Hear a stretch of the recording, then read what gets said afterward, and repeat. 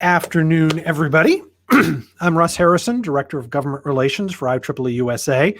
This is our first of several training sessions for our 2021 Congressional Virtual Visits Day. And I want to start by thanking you all for being here. Thank you for all volunteering.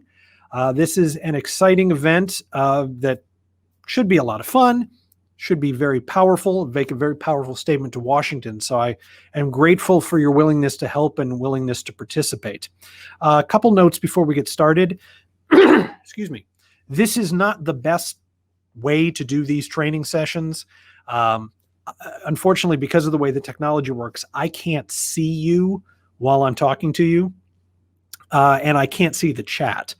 And so we're going to have to leave all your questions and comments till the end. But please, if you think of things, if things come up, if you have questions, if anything I'm doing is unclear, put it in your chat and I'll rotate it. I'll rotate back to it at the end. Also let you know that this is going to be recorded and we will be posting the recording on the IEEE-USA website for you and for everybody else to see, and which we'll be doing for all our training sessions. And I believe that is everything to get us started. So let us start with a public service announcement. I want to make it clear to all of you that I don't exactly know what I'm doing. I've worked now for IEEE for almost 18 years. I've been doing this sort of work for more than 25 years. I've done dozens and dozens of congressional visits days, but I've never done a virtual one. And so we're kind of learning this as we go. Which means if there are things that you need, if there are concerns you have, if there are problems you have, let me know, because I'm not necessarily going to foresee all the complications in this particular process. And so we should have ongoing communication so that we can iron out all the wrinkles before we get to April 14th and your meetings with Congress.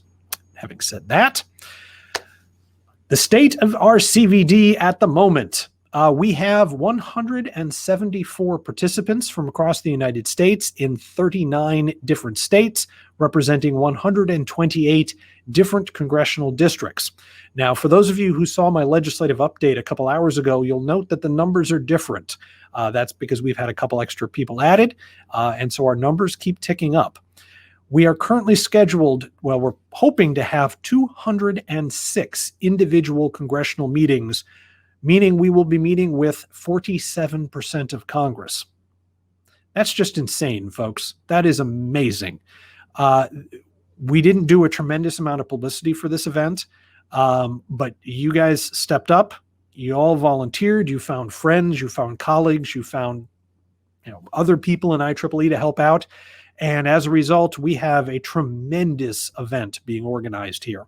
And I'm very grateful for all of you for doing that. As of about 3 hours ago, we had 42 of our 206 meetings scheduled, 8 of which are with legislators. Both of those numbers are typical. Legislative offices, unfortunately, don't like to schedule meetings like this too far in advance. Members of Congress don't actually have that much control over their own schedules. Staff don't really either. And so they try to keep themselves flexible as long as possible. And, you're looking at a quarter of the meetings with a legislator, which is pretty good. Excuse me. Jonathan, my colleague who is producing this particular presentation, and I were just commenting, all of the pollen was released by all the plants in Washington, D.C. yesterday, and so neither one of us can breathe. So I apologize for me not being quite as eloquent as usual. Normally, about 20 to 25% of our meetings are with legislators or scheduled with legislators, and about half of those end up being with the legislator. Members of Congress don't really control their schedules either. So so far, we're doing extraordinarily well for this far in advance of our event, but this is where we are. Now, the primary consequence to the volume of support that we have received from the IEEE membership for this event is that it is way too big for IEEE-USA to handle internally. We simply don't have the staff and we don't have the resources, the logistics to pull off that many meetings in one day.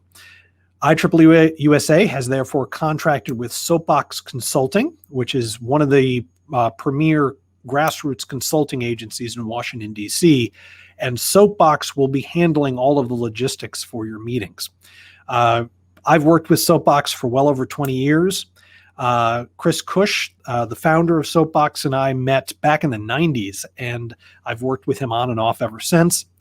If any of you if any of you have ever attended a presentation I've given when I ran an exercise to help you learn how to work with Congress, there's a very good chance that the inspiration for that exercise came from Chris Cush. I have a book of his on grassroots games that I pull from regularly. So anyway, Soapbox Consulting, a very good company, been around a long time. They will be providing each of you with a digital tool. It's not an app, it's a digital tool that will give you access to all of the information, materials, logins you need to conduct your meeting.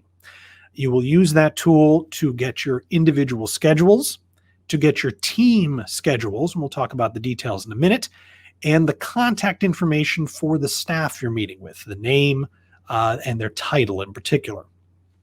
That digital tool, rather, will have the background material and the leave behinds, which are not actually leave behinds because we're not actually going to meet people for your meeting. So all the briefing material that I will be providing to you starting next week, and the background material that we're providing to the staffers and legislators you're meeting with will all be in that tool, and you'll have all of that right at your fingertips. Soapbox will be providing us with technical support, providing you with technical support, and providing you with a personal login for your meetings. All of the meetings will be hosted by Soapbox in their GoToMeetings platform, and you will have one link for all of your meetings. So to make it nice and simple, staff will have the same link. So it should all be seamless. They are running somewhere in the vicinity of 30 or 40 of these fly-ins in 2021 so far. So they're very good at this, and it should work very well. You will be getting that digital tool in the next couple of weeks. Please look for an email from Michael King. His email is king@soapboxconsulting.com, but you're not going to receive it right away. Excuse me. The way these meetings work is they're constantly in flux. And so Soapbox isn't going to send you the link until about a week and a half or so out from our meetings, because nothing is set in stone until that point. But by then you should have your material, and Soapbox will be doing a kind of overview of their technology, which is fairly simple, so it won't take very long, as part of our update on April 2nd. Excuse me. This is sort of what you will be getting from Soapbox. This is actually a printed schedule of meetings from Soapbox, and your digital version will be subtly different, but it'll basically the same. This is what we're looking at. This is a slightly dated version of the schedule for our Arkansas team. We have 3 participants from Arkansas, which is very good. And if you look at the page, you have a bunch of information here for you. You start with your state, in case you've forgotten, your team, and then the names of the people on the team. We have Case, Matt, and Jesse. You have their names, the phone numbers, and their email addresses. You also have their home addresses. The home address is included in all this because the staff will get exactly the same schedule. So they'll be able to see the same thing. I mean, they won't have all your meetings. They'll just have the one meeting. But they will get all your information too. And the first thing the staff will do when they get that is they will verify that you are a voter. And they will do that through your address, which is why it's included. Now, you will have the access to this at least a week, more than a week ahead of your meetings, which will allow you to contact the rest of your teammates to talk about how you're going to run your meeting, to strategize who's going to say what, who's going to do this, who wants to do that, and to make sure you have an understanding of how your meeting will flow. I want to emphasize that these are your meetings. They're not my meetings. IEEE-USA staff will be attending some of your meetings, but there's only 4 of us. We can't go to 206 meetings in a day, which isn't enough time, which means we probably will not be at your meeting. And if we are at your meeting, we won't be doing very much. So you and your team will have to talk in advance to make sure you've coordinated so you know what to expect. Excuse me. If we look down at the actual schedule portion of your schedule, which has not been scheduled yet, The TBA there will be replaced with a time when your calls will be held. You then have the congressman's name and the staff member will be listed there. Most of your meetings will be with staff. And then the soapbox will tell you the staff member's name and their title, which will allow you to, for example, go on LinkedIn and look them up and get an idea of what their background is. Don't stalk them because that's just creepy, but you can check them out to get an idea of who you're talking to. You then have the address of the congressman's office, which is, of course, completely useless. Capitol Hill is still locked down. You can't get into the office if you wanted to, but of course we're doing it virtually, so it doesn't matter. But that's RHOB is the Rayburn House office building, and the 2412 is the room number, if you're curious. For some legislators, we then have some of their committee assignments. Steve Womack, Congressman Womack, is a member of the House Appropriations Committee, as is Senator Bozeman is the Senate Appropriations Committee. And Congresswoman Bice is a member of the House Science Committee and is a new member of Congress. She's a fresh woman. We don't have information like that on all the legislators because it just gets too messy, but we've highlighted some of the crucial pieces of information if they're freshmen and if they sit on one of the key committees. If they don't sit on one of the key committees, they are still, of course, important because they are a member of Congress. So from this one page, you should be able to get a nice, clean look at who you're meeting with and when, both the legislator and the staff, giving you a very clear idea of what your day is going to look like. Now, you will notice this Arkansas team also has meetings with people from Oklahoma. That is because originally we had combined the Arkansas and the Oklahoma teams into one team because we only had one person from Oklahoma. And we don't want any of you doing meetings all by yourself. I think actually we picked up some additional Oklahomans, so now we've split the two, but you may be in meetings with people from other states. We'll talk about that in a second, just to make sure that you've got other IEEE members at your meetings to back you up. But the meeting is always about the voters. More on that in a minute. Okay. Let's talk about your team. Most teams are every IEEE member participating from your state. However, in some cases we've combined states, but a bigger problem for us now is some states are just too big. California, for example, we have more than 20 participants from California, which just gets overwhelming. So what we've done is we've broken up some of the bigger states into smaller teams so that your House meetings will only have 4 or 5, 6 people attending. You will be invited to all of the meetings for your legislators because that's the point.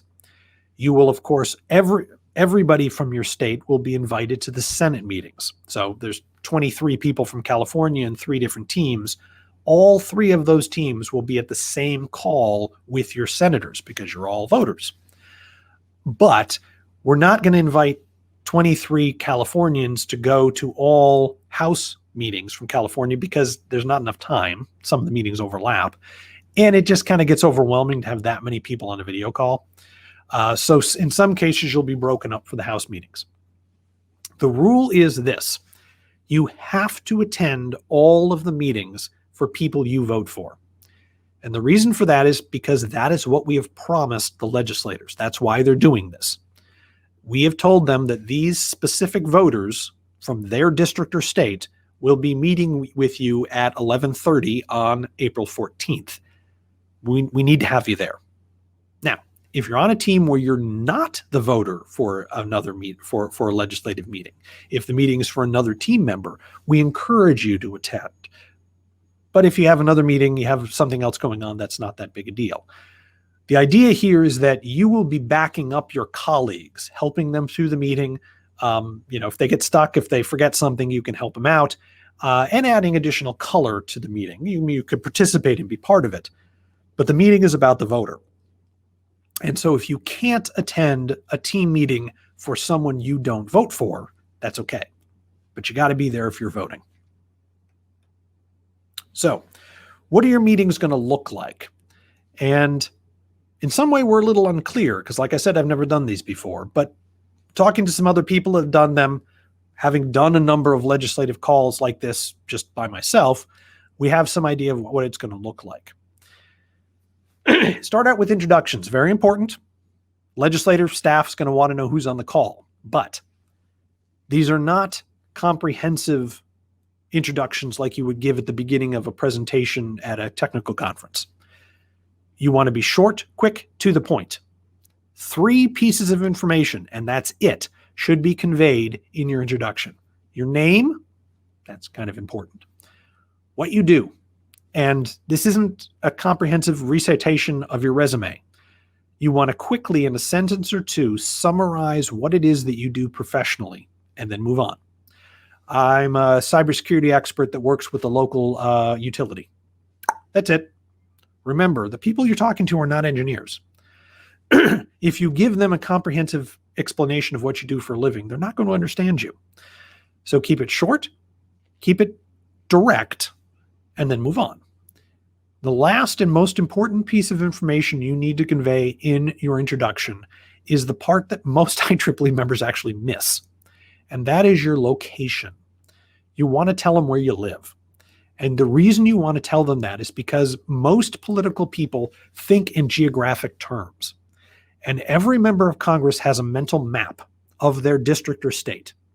And on that map, they have supporters, opponents, problems, opportunities, and all sorts of other pieces of information. And what you want to do is you want to help them place you on the map for 2 reasons. One is it'll make it easier for them to relate to you.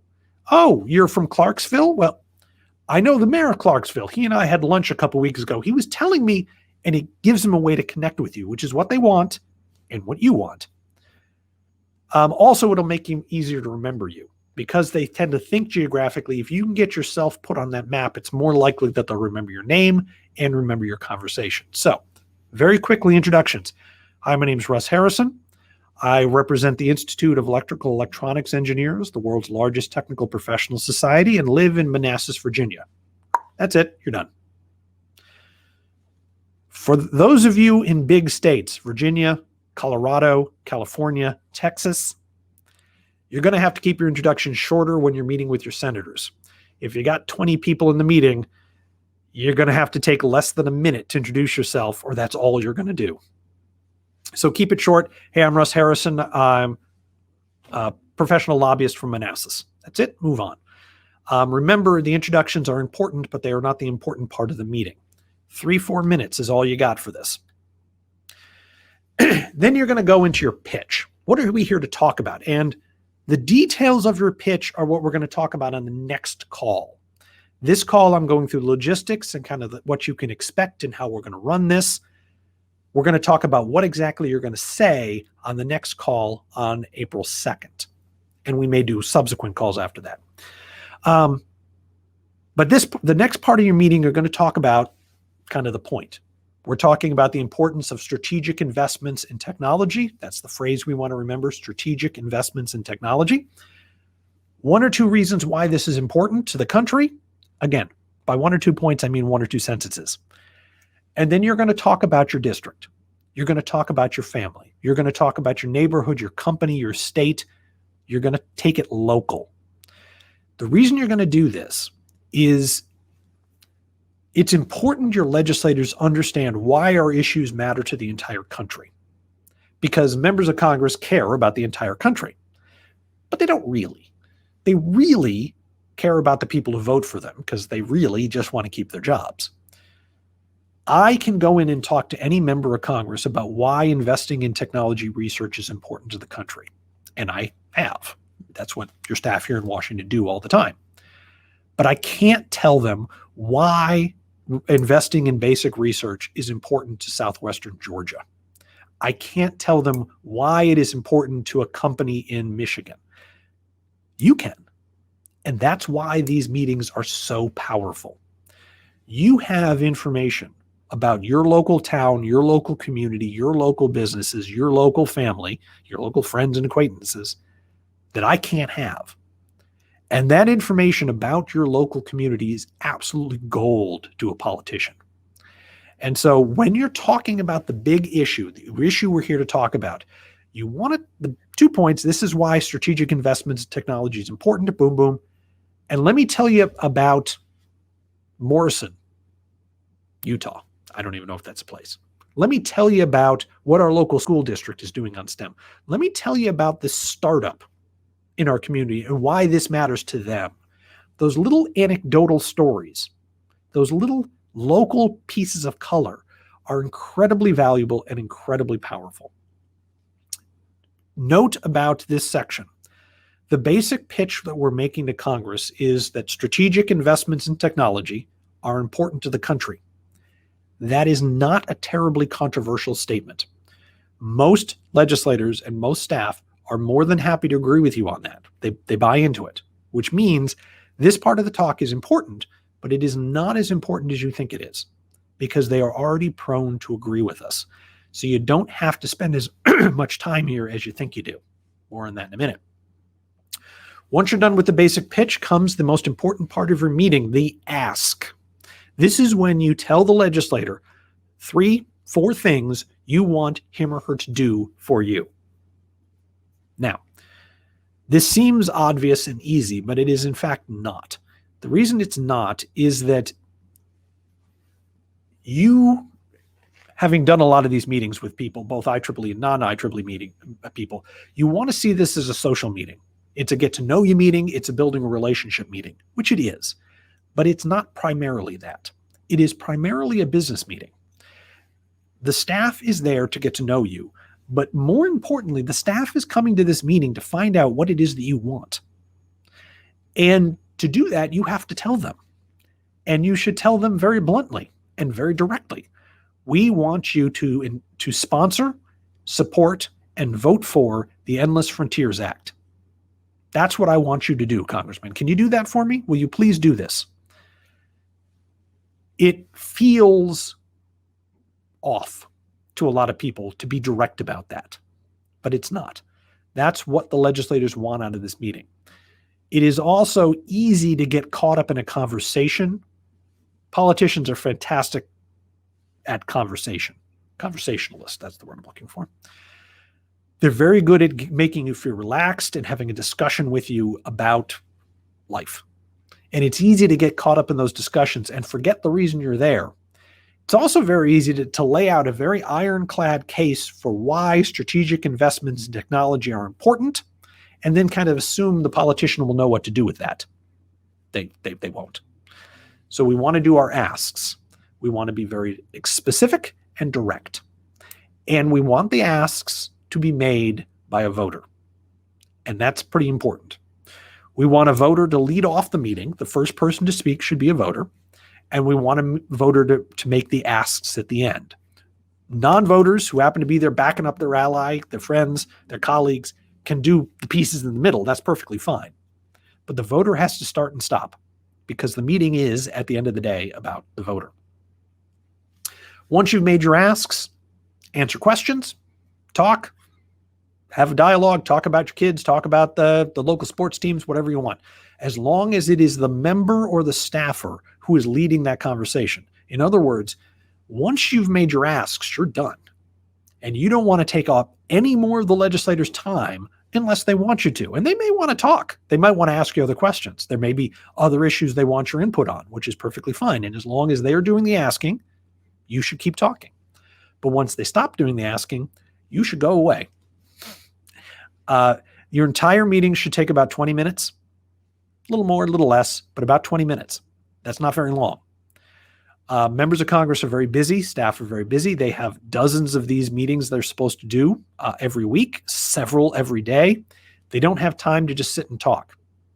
Now, what that means is between here and April 14th, you have to put some thought into what you want to say, how you want to say it. But you have to put even more time into thinking about what you don't want to say. You can come up with 100 reasons why it is a good idea for your senator to support more funding for basic research. But you have time to make 2 of those points and to do both of them very briefly. You simply don't have the time to lay out a comprehensive case for why the legislator should take certain steps, and you don't have to. You are going to be making an argument simply by showing up that this issue is important to the people of your state or district. And that argument, which you don't have to articulate, you make it simply by being there, is the most powerful thing you can possibly say. So by simply showing up, you've made 70% of the argument already. You don't have to spend a tremendous amount of time making the other 30%. So you got about 20 minutes. Be aware of the time and keep your comments tight. Get to the point, get to the bottom line. Keep it local, but make your arguments and then move on, because you simply don't have time to do a comprehensive job on any of this. And that's okay. You can still be very effective as long as you're direct. So what does a successful meeting look like? A couple things, most of which I don't really need to tell you because you'll do it anyway. Be prompt. Start the call a little early. Get there on time. Be patient. Legislative staff don't really control their time, so there's a reasonably good chance they're going to be late. They may get interrupted. Things happen. It's not their fault. Just go with it and be flexible. We will be changing the time of our calls up until pretty much the second you start. And I apologize in advance for that, but there's nothing we can do about it. Staffers get called away. Staffers have to go into hearings. Members of Congress, get called by the president. If President Biden calls your senator, he's not going to be on your call, just the way it works. And so you got to kind of roll with these things. You got to kind of move with them. And if things get rescheduled, I know you guys are busy and you have other things going on, but if you can accommodate them, accommodate them. And they'll do the best they can to be there, and we'll do the best we can to be there. And as long as we're all prompt and patient, we'll be fine. Treat everybody you talk to with respect. Now, this seems intuitively obvious, and of course, you're all respectful people in general. But there is a chance that you are ending up on a call with a staffer who looks remarkably like your grandchild and doesn't know anything about technology or engineering. And it is very important that you treat them respectfully. And the basic rule of thumb is treat everybody that you interact with on these meetings as though they were the member of Congress. I can tell you horror stories about people who've walked into a congressional office and seen a kid behind the counter kind of greeting them and treated them as disrespectfully as some little piddly receptionist, only to find out that that was the chief of staff. Now, you're not going to have that problem because you're not going into the office, but a good chunk of Capitol Hill is run by 20-year-olds. And I don't know about you, but 20-year-olds are looking considerably younger than they were when I was 20 years old. It's important, and I'm harping on this not because I think it's going to be a problem, because IEEE members, generally speaking, are very respectful people, and I've never actually had a problem with this. But this is the only way you can really screw this meeting up. The fact of the matter is, doing these kind of meetings is not all that hard, and doing these meetings well is not all that hard. The one thing you can do to mess it up is to be disrespectful, so don't do that. Stay focused. Remember while you're there, remember you're on the clock. Get your points in, get your asks in, and then move on. It's very easy, particularly when you're doing meetings in person. Video meetings, it's not quite as bad. But when you're meeting with a member of Congress, it's very easy to get intimidated, to start kind of allowing the conversation to wander. Legislators are very good at that. They're very good at talking with people and making connections, which is a good thing. But you remember why you're here. You're here to make a particular argument and to ask for particular things. So you need to stay focused. This is a hard one. Allow questions. I've done a lot of these meetings. Here's how they go. Some people, some IEEE members that are involved in our CvVD are very, very good at this sort of thing. They meet with legislators regularly. They're very comfortable, very confident, and very good at this. And in fact, most IEEE members are very good at this, even if they don't know what they're doing, just because you're very good at explaining things and you know a lot of stuff that legislators need to know. But if you're not comfortable doing this, which is normal, and if you're nervous when the call starts, what you're going to do is you're going to focus on what you need to say, because that's your job. Your job is to say things. Your job is to make a couple points and to make 3 asks. And that's what you're going to focus on doing. And you want to make sure you say what you said you were going to say, because you don't want to miss your opportunity. And so you focus on what you're saying, and you focus on your speech, and you focus on what you're doing. and you just plow right over the staff or the member of Congress to make sure you do your job, which is totally natural and it's totally normal, and it's not a big deal. It's not like the senator is going to disagree with you because you interrupted them. But part of the point of the meeting is to have a dialogue with the staff or the member of Congress. We want to know what their questions are. We want to know what they don't understand. We want to know what they disagree with so that we know how to respond. And so as you go through your meeting, you have to carve out time to allow the staff or the member of Congress to ask questions, to comment, to interject and to be part of the meeting. That's actually very hard to do in a virtual meeting because the meetings are like this meeting. If any of you would like to interrupt me on this call, you can't because I can't see you. Your virtual meetings, you will be able to see the legislator, they'll be able to see you, but because you can't do the same kind of nonverbal cues, because you can't kind of insert yourself into the conversation easily, it's hard for a staffer or member of Congress to interrupt you if you get on a roll. And you want to let them interrupt you. So while you're talking, while you're going through your points, while you're making your asks, you want to make sure that if they try to speak, you let them. And if they're not trying to speak, you give them an opportunity to join in.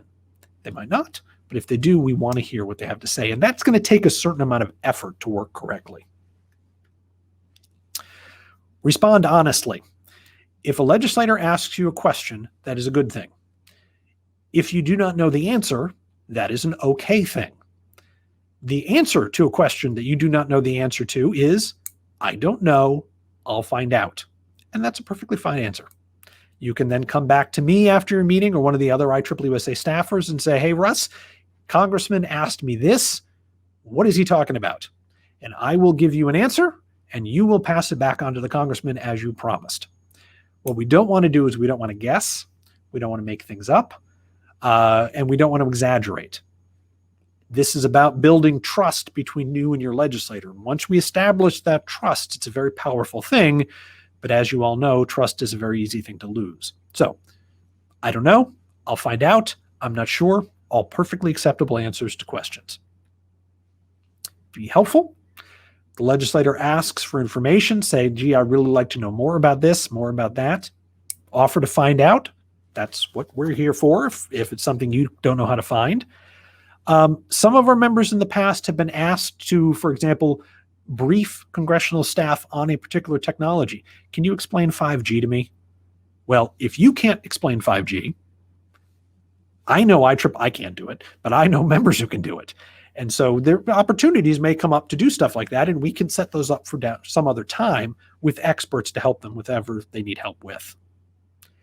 And don't forget to make your asks. It's very easy to do. At the end of the meeting, last thing you say should be, Congressman, we want you to. And we'll talk about what that is in the next call. A couple notes on video meetings in particular. Remember your video meeting etiquette? Etiquette? Yeah. We're all much better at these sorts of things than we were a year ago. But remember not to take yourself off mute when you're talking, put yourself back on mute when you're not talking, just basic things that allow Zoom meetings, or in this case, a GoToMeeting, to go effectively. Remember to identify yourself when you start speaking. You'll introduce yourself at the beginning, but then later on when you talk, hey, this is Claire from Clifton, and say what you want to say. And the reason you want to do that is that if there are multiple people on the screen, it's not always clear to the people watching who's doing the talking. And so you want to introduce yourself again to remind them. Plus, because the little boxes are so small, it's hard to remember who's who. It's hard to recognize people. So by reintroducing yourself very quickly, it helps the legislator place you and keep track of who's saying what. It's a little thing, but it does help. Again, it's hard to interrupt someone who's speaking on a video, but it's important that you let the staff do it if they want to. So make space for them as best you can. And I said a minute ago, the only way to screw up this meeting is to be rude. That's not entirely true. The other way to screw up this meeting is to record it.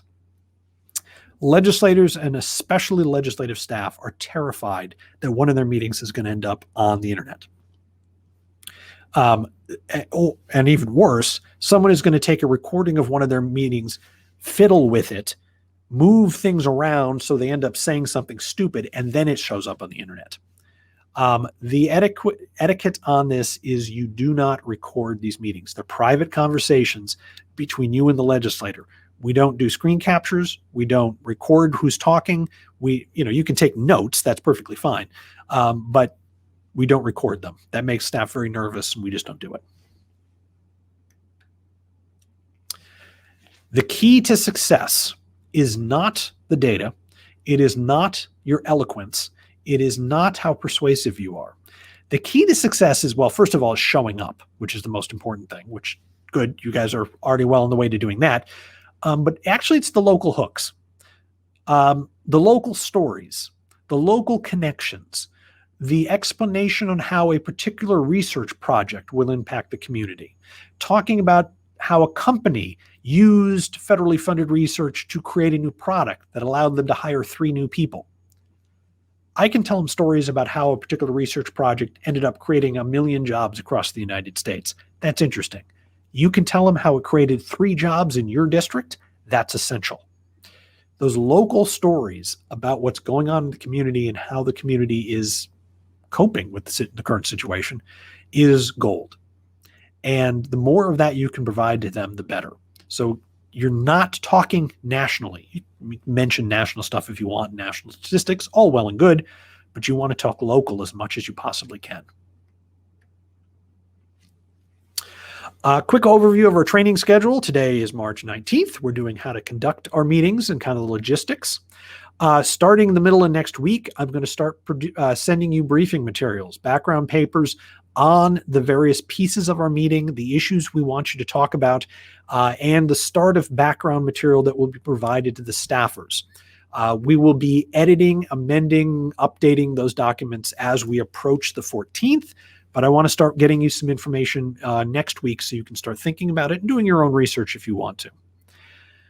April 2nd, same basic setup as this. We'll be going into detail on the messaging, which I'll go into a little bit in just a second, but talking about what you'll say, the state of legislation, the state of the arguments, and how all the various pieces connect to each other. We wanted to put that closer to the meetings because Congress is going to do stuff between here and April 2nd. We'll probably do another messaging update on April 9th to other things that have happened on our issues. That the Endless Frontier Act, which I'll talk about in just a second, is really the key ask for us at these meetings, and it's going to be introduced somewhere right around the 14th, which is good, but it does make coordinating this a little bit tricky since I don't know precisely when around the 14th it will be introduced. Then on April 12th, starting at 5 o'clock in the afternoon, you will have an opportunity to do a practice session with Soapbox. Basically, Soapbox will open up their meeting rooms. You'll be able to click on your link, open up their GoToMeeting app, GoToMeeting system, and start fiddling with the buttons and figuring out where everything is and making sure you're comfortable using the technology. You don't have to do that. Many of us are quite good at these kind of meetings by now, but if you're not really comfortable with using GoToMeetings, it's probably a good idea to use it. You will have plenty of information on all of this well in advance. All of the meetings with me, so that's the March 19th meeting, this one, the April 2nd meeting, and the April 9th meeting will be placed online for anybody to watch, including you, as much as you would like to watch them. I also give you my email address and phone number if you have questions. The April 12th meeting isn't a recorded thing. And the briefing materials will eventually also end up on our website, though probably not until after the fly-in itself, because we keep updating them. I don't want to have to keep changing the website. So that is our quick schedule. Now, if folks feel that they need additional help, I'm more than happy to schedule additional training times to help everybody, to help a few people, to help 1 or 2 teams. We can work with you to do additional times between here and the 14th. It's one of the advantages to these virtual meetings is we can do them anytime you want. So please just let me know. Okay, quick overview of our messaging. And again, not going to go into detail today. I just want to give you a flavor of what we're talking about. Again, our tagline is we want Congress to have pass strategic investments in technology. And we mean 3 basic things for that. We want investments in the technology economy, specifically the Endless Frontier Act. Endless Frontier Act is a legislation that was introduced in the last Congress. It will be introduced again in this Congress. It will invest $100 billion in technology research over the next 5 years and restructure much of the federal research environment towards technology research, which is a big deal. It's being championed by Senator Chuck Schumer from New York. It is bipartisan, bicameral support, and it will be our focus. Now, there's other pieces to this as well, things like the CHIPS Act, the Foundries Act, which create incentives for companies to bring manufacturing, technology manufacturing in particular, back into the United States, and perhaps some other things as well. But the focus will be the Endless Frontier Act.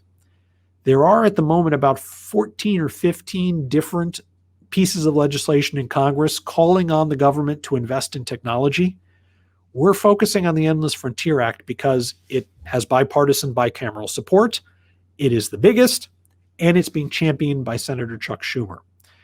If I had to pick one member of Congress that I would want as my champion on a piece of legislation, it would be Chuck Schumer. He's tough, he's smart, he's good, and he's the Senate Majority Leader, which always helps. So that's number one. It's support for the technology ecosystem, economy. Number two is support for federal research in R&D, particularly focusing on NSF and most especially NIST, which is the National Institute of Standards and Technology. Does a lot of work on basic technology research and kind of the measurement tools required to do tech work. We'll talk more about it later, but NIST always gets overlooked, so we like championing it. And lastly, we want federal support for technology professionals, current professionals and future professionals. That includes support for K through 12 STEM education and support for things like high-skill immigration to allow very talented, well-educated, innovative people from around the world to not just come to the United States, but to become part of the United States through immigration. So those are our three basic pitches: support in the technology economy, support federally funded technology research, and support the technology professions, all wrapped together in the tagline, strategic investments in technology.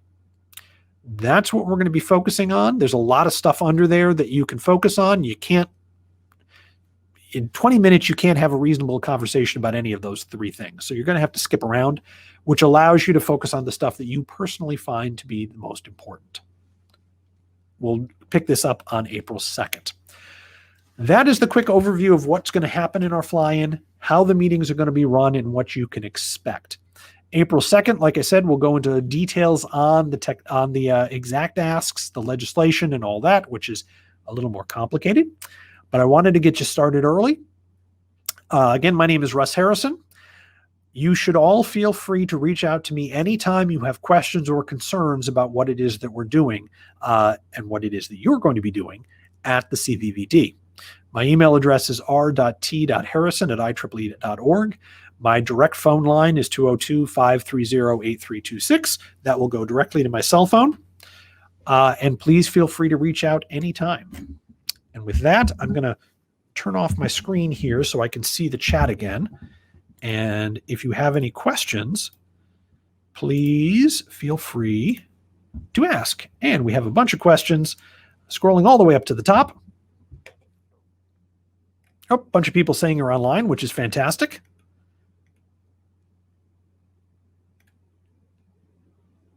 Oh, yeah, James, thank you. Mr. Rosenkrantz, thank you. I was supposed to mention that. Yes, registration is formally closed. Don't believe it. We will still be accepting reservations for the next week or so. At some point, we do have to close them because it does take time to get these meetings. But basically, we can't at this point accept another 100 people because it takes a while to do these sorts of things. But I can accept another 20 without a problem. If you or any of your colleagues or friends or family members would like to participate, send me an email. I need their name, I need their email address, their cell phone, and their home address. That's the address they vote at. Done. They're registered. And so we'll do that anytime somebody else wants to join. And that is especially true, as Mr. Rosenkrantz and I talked about before this call. I'm particularly interested in finding additional people from South Dakota, North Dakota as well, and could use a couple extra people in Maine, North Carolina, and there was one other state that I'd identified that we needed a couple extra people for. But this is politics, folks. More is always better. We have 23 people from California right now, but that's not every congressional district. So anybody that would like to participate, please let them know they can still register simply by contacting me directly.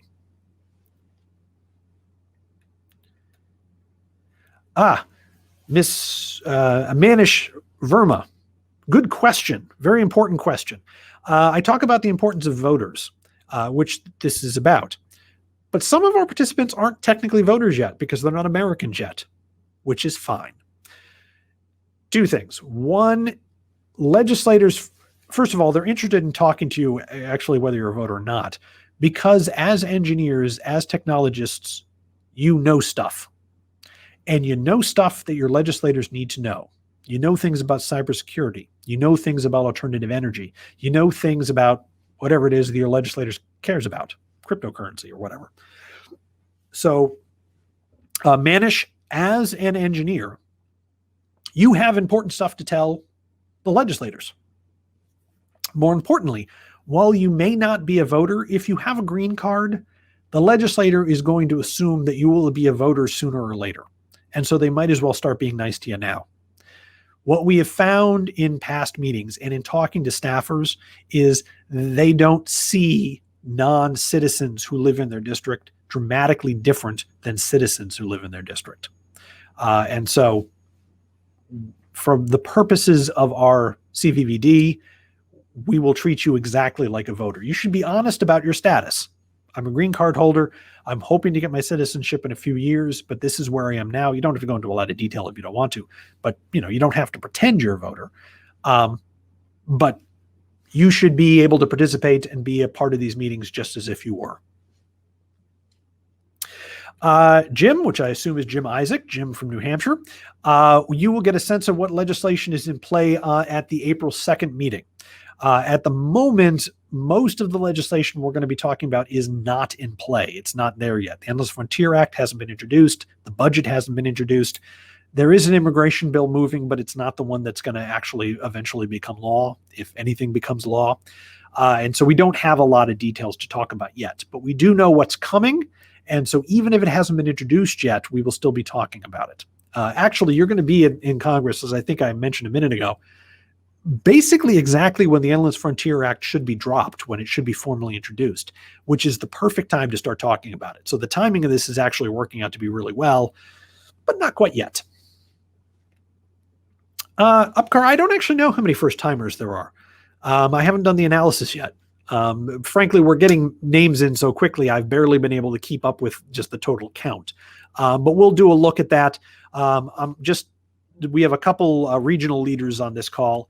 I'll be sending the regional directors a list of everybody from their region that's participating as well. But I won't do that till later because the list isn't finalized yet, and I don't want to send multiple lists. Mr. Perkins? I'm not asking anyone to participate in any of the meetings that don't live in that state, simply because for some of the very big states, it's getting very crowded. And so, for example, we have a good delegation from Oregon. We have 6 or 7 people from Oregon. I'm not going to ask anybody from Washington State, rather. I think we have 2 people from Oregon State. I'm not asking anybody from outside of Washington to participate in the Washington meetings. Remember, regional directors, IEEE-USA presidents, section chairs, all of these positions within IEEE are very important, and they're very important to the organization, but they're not very important to your legislators. What they care about is voters and people who live in their district. And so we're limiting the meeting to just that.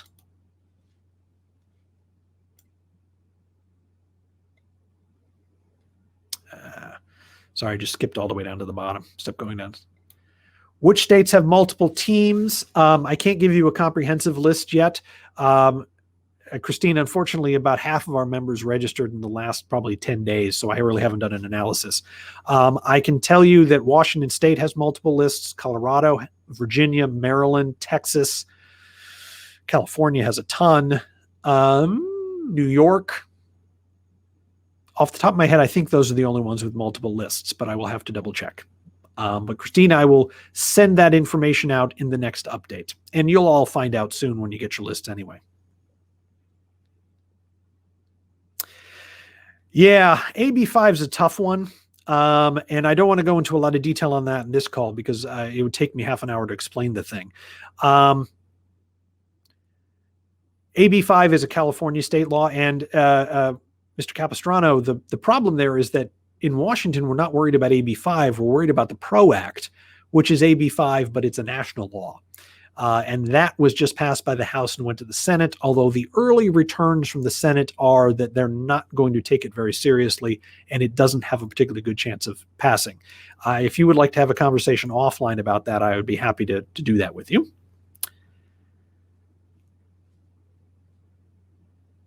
Yes, and as Jim points out, following up on our asks after the meeting, we'll talk a little bit about what happens after your meetings later. I don't want to dump too much on you at once. Soapbox actually has some tools to make it easy for you to follow up with the staffers you're going to meet, send thank you notes, and also have future conversations with them. And, the material that we're producing for this event can be shared with anybody who's interested in it. I assume everything we do here is public. Everything we send up to Congress is public, so we can send it to anybody who's interested in it. Mr. Forrester, does the whole team need to coordinate on 1 or 2 points, or does each attendee get to make 1 or 2 points? It's a time issue. You have about 5 minutes, 6 or 7 maybe, depending on how long your introductions take. If you have 7 people in your meeting, you can't all make 2 points in 5 minutes. I think a general rule of thumb is you want to spread out the talking, allow everybody to say what they want to say, but you're not all going to get to do everything. There simply isn't time. And so the team as a group is going to decide who's going to make the big points, whose stories are going to be told, whose anecdotes, whose local connections we want to highlight. The rest of you can then follow up in an email to the staffer later, but you have 20 minutes, which is not very much time. And so you have to focus on what you're not going to say, what you're going to leave out, so that you can focus on the best arguments, the best stories, while still allowing everybody to play a role. Do we know if and how the Endless Frontier Act asks for increased funding for DOE user facilities? And unfortunately, the answer is no. And the reason we don't know is because the bill hasn't actually been written yet. We know what Senator Schumer intends to do with the bill. We know what the bill said last year. And it doesn't say very much. Essentially what it does is it allocates $100 billion in new dollars. This hasn't been taken from anywhere. It's new dollars for basic research focused on technology, most of which will be funneled through the NSF, the National Science Foundation, for typically academic research, although some of that, and $20 billion a year is a lot of money. Some of that will go to the national labs. How much? I don't know. How? I don't know. By the time we get to the 14th, we should have the text of the bill, and I will be able to give you a better answer. But at the moment, the bill hasn't been written yet. So we know the money will be there, but how it'll be there, I can't quite tell you yet. Sorry. We'll get to it.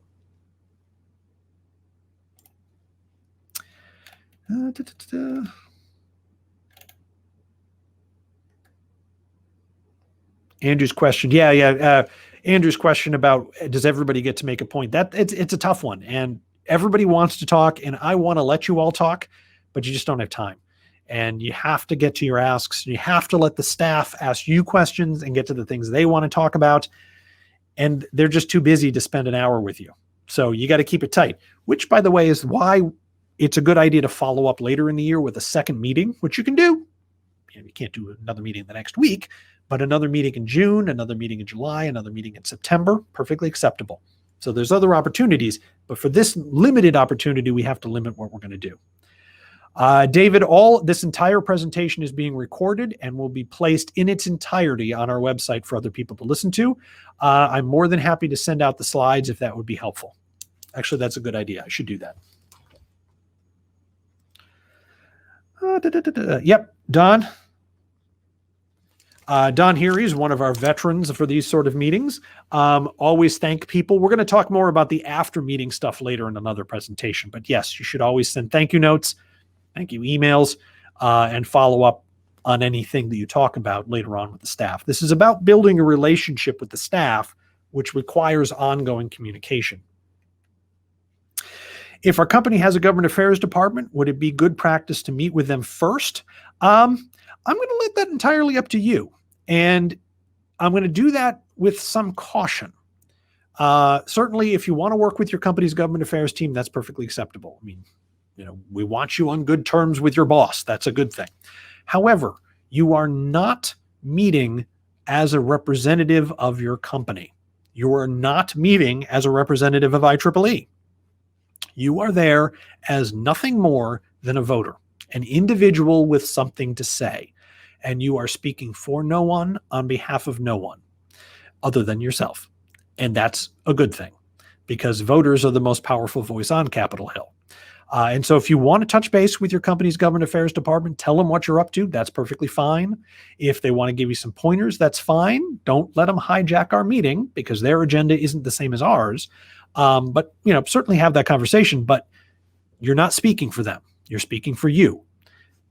Your government affairs department will get that, but we want to make sure that's clear to the legislators as well. When I go in to talk to a legislator, I'm not talking on my own behalf. I'm talking on IEEE's behalf, and I make that clear. You're not. I answered Mr. Apter's, former president of IEEE-USA, Mark Apter's question. Whoops. Maybe partner. Yeah, Mr. Capistrano, talking about the SBIR, STTR, those are small business loans. Talking about how those loans are used in your area. You're in California, so there are a lot of SBIRs out there. Talking about examples in your district that you know about, very valuable information to your legislators. The Endless Frontier Act is about research. Let me rephrase that. There's a piece of the Endless Frontier Act from last year that talks about tech transfer, which would be available for SBIR and STTR. It was a relatively small amount of the program, but there are other pieces of the program that can be used by private companies to do research to commercialize products. Again, I don't want to give you a lot of details because it was last year's bill, and I'm not sure this year's bill is going to be the same, but Endless Frontier Act has a lot of pieces. There's also some workforce development language in there, some K through 12 education stuff, some internship stuff, all of which is really good. But we'll go into that later on once I have a better sense of what exactly is in this bill. I do not know how many are participating from North Carolina. I believe it's 3 or 4.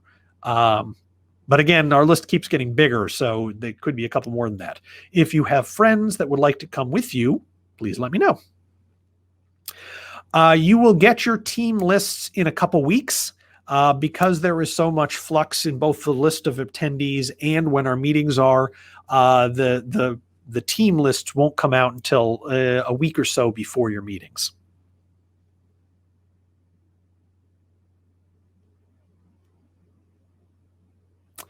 Libby Wallace, you received a call from Kevin Schultz requesting that I call my district representative directly to schedule a time. I don't know what you're referencing there. Give me a call because I'm not sure quite what's going on there because you shouldn't be asked to schedule your own meetings. You certainly can. There's nothing wrong with that. And you don't really need to know much to schedule a meeting with your representative. So here's the thing, folks. I'm a professional lobbyist. It's in my professional interest to explain to you how hard all this is so you're impressed with what a great job I do. It's not actually true. Working with legislators is actually pretty easy. And if you want to schedule a meeting with your representative, all you got to do is call the main office number and say, hey, I'm a voter in your district and I want to talk to someone, and they'll get back to you. It's really not that hard. And so there's no secret code word. There's no secret tools. As long as you're honest and upfront about who you are and what you want to talk to them about, and you live in the district, shouldn't be a problem. But Libby, if you could give me a call, because I'm a little confused as to what you're asking me here, that would be great. Let's see. Getting back to a congressman after the meeting to answer a question, it's easy. You're going to meet with a staffer. Even if you're meeting with a legislator, there'll be staffers there to talk to as well. Soapbox will make sure you have their name and contact information. Just hold on to the email address. And when you have the information, send the staff an email. You can send it to the legislator too, but they don't read their own email boxes, because they get so much email, it's insane. But you send it to the staffer will read it. And we'll go into more of the follow-up stuff in a future call.